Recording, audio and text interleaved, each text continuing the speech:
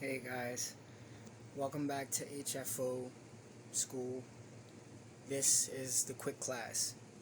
So we were wondering who was going to do it first, and I'm speaking in terms of nations and embracing cryptocurrency, and we can say today's lesson will be on El Salvador.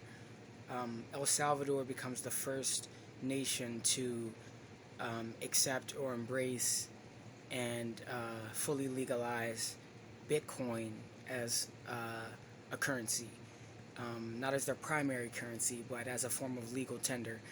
And we'll see how that plays out in the long term for the volatility in the crypto market, but it should prove good for the long term.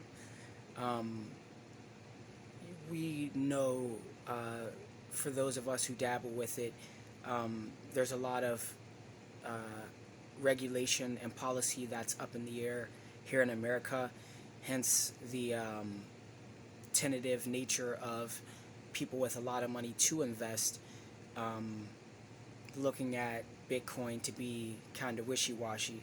And then again, like I mentioned in one of my previous videos, Elon Musk's power over the market just by putting his 2 cents in can cause an investment to see unnatural, extraordinary highs or lows, which can work in your favor or it can work against you, which we've seen both this year.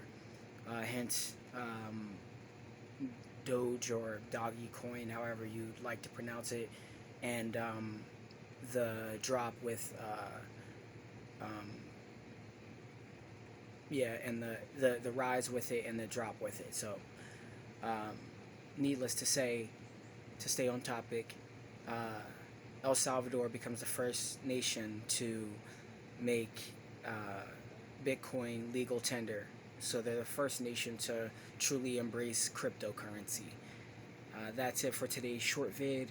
Till next time, guys. Thank you for stopping by HFO School.